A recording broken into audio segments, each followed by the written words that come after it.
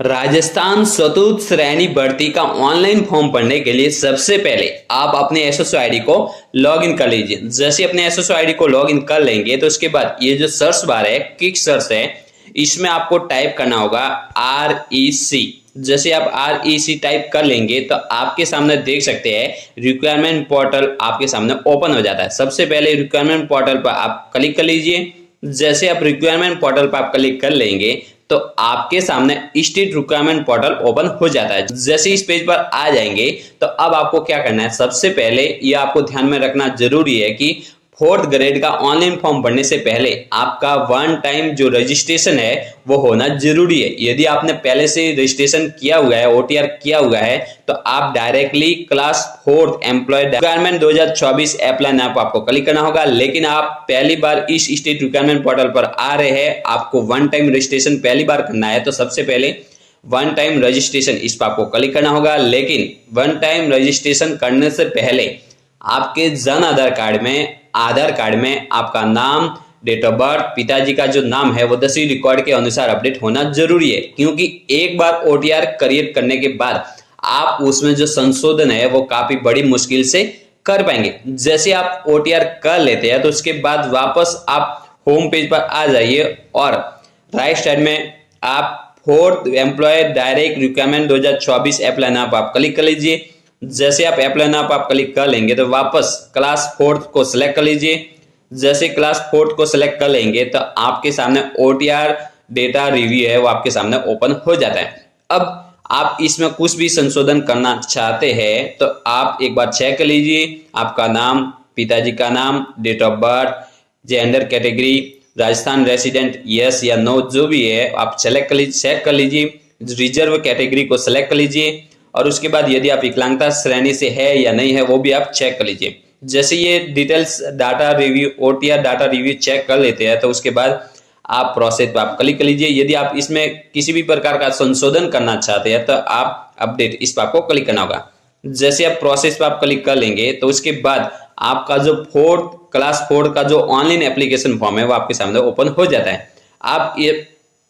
अब आपको क्या करना है, सबसे पहले अपना नाम, जेंडर, पिताजी का नाम, माताजी का नाम, डेट ऑफ बर्थ, उसके बाद जो भी आपकी कैटेगरी है OBC, जनरल, SC ST वो सेलेक्ट कर लीजिए। उसके बाद यदि आप विकलांग कैंडिडेट है तो आप जो भी कैटेगरी है आपकी विकलांग कैटेगरी है उसे सेलेक्ट कर लीजिए। उसके बाद में उप विशिष्ट दिव्यांगजन की जो कैटेगरी है वो सेलेक्ट कर लीजिए। उसके बाद जो विकलांग सर्टिफिकेट के जो प्रमाण पत्र नंबर है वो आप फिलअप करना होगा, ठीक है। उसके बाद में यदि आपको लिखने की श्रुत लेखन की आवश्यकता है तो यस करना है, नहीं तो नो। उसके बाद में आपको अपना धर्म सेलेक्ट कर लीजिए, वैवाहिक स्थिति को सेलेक्ट कर लीजिए। यदि आपके बच्चा बच्ची है 2002 से पहले है तो यहाँ पर फिलअप करना होगा, यदि 2002 के बाद है तो यहाँ पर फिलअप करना होगा। उसके बाद मोबाइल नंबर फिलअप कर लीजिए, व्हाट्सएप मोबाइल नंबर फिलअप कर लीजिए। उसके बाद में मेल ID आप एक बार चेक कर लीजिए और उसके बाद में आधार नंबर और जन आधार नंबर ऑटोमेटिक आपके फिलअप हो जाएंगे। उसके बाद यदि आप TSP एरिया से है तो यहाँ पर यस करना होगा, नहीं तो नो। उसके बाद आप अपना एड्रेस फिलअप कर लीजिए, मोबाइल नंबर फिलअप कर लीजिए और नेक्स्ट पर आपको क्लिक करना होगा। जैसे आप नेक्स्ट पर आप क्लिक कर लेंगे तो उसके बाद यस पर आपको क्लिक करना होगा। जैसे आप यस पर आप क्लिक कर लेंगे तो अब आपका जो डोमिसाइल डिटेल्स है, अपना जो स्टेट है, डिस्ट्रिक्ट है, उसे सेलेक्ट कर लीजिए। उसके बाद विशेष श्रेणी को आपको सेलेक्ट करना होगा यदि लागू होती है। क्या आप भूतपूर्व सैनिक है तो यस करना है, नहीं तो नो। क्या आप उत्कृष्ट खिलाड़ी है तो यस करना है, नहीं तो नो। उसके बाद में मौजूदा सरकारी विभाग, यदि आप पहले से किसी विभाग में सरकारी विभाग में लगे हुए हैं तो आपको यस करना है। यस करने के बाद में आप जिस भी डिपार्टमेंट में लगे हुए हैं वो फिलअप कर लीजिए। उसके बाद में एडिशनल जो भी आपकी कैटेगरी है वो यदि लागू होती है तो उसे सेलेक्ट कर लीजिए। उसके बाद यदि लागू नहीं होती है तो नॉट एप्लीकेबल और उसके बाद नेक्स्ट पर आप क्लिक कर लेना। जैसे आप नेक्स्ट पर आप क्लिक कर लेंगे तो उसके बाद आपको क्या करना है, सबसे पहले राइट क्लिक कर लीजिए।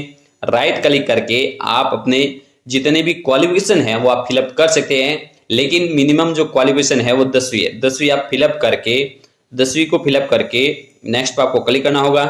जैसे आप नेक्स्ट पर आप क्लिक कर लेंगे तो उसके बाद आपके सामने अपना फोटोग्राफ और सिग्नेचर अपलोड करना होगा, जो 50 से 100 KB के मध्य में होना जरूरी है फोटो, और जो सिग्नेचर है वो 20 से 50 KB के मध्य में होना जरूरी है। उसके बाद में विजिबल बॉडी मार्क आपको भरना जरूरी है।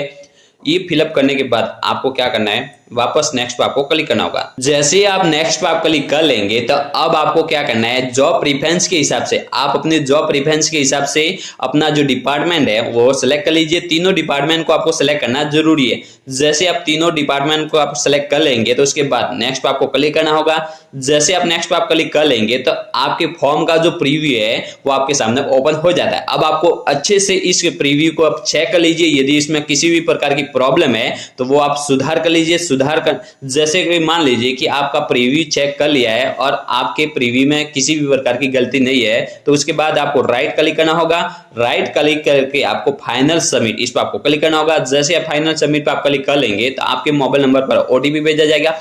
उस ओटीपी को फिलअप करके आप अपना चतुर्थ श्रेणी भर्ती का जो फॉर्म है वो फिलअप कर पाएंगे। तो दोस्तों आपको इस वीडियो से संबंधित किसी भी प्रकार की जानकारी चाहिए तो आप मुझे कमेंट के जरिए पूछ सकते हैं और जानकारी अच्छी लगी हो तो इस वीडियो को जरूर लाइक करना। जय हिंद, जय भारत।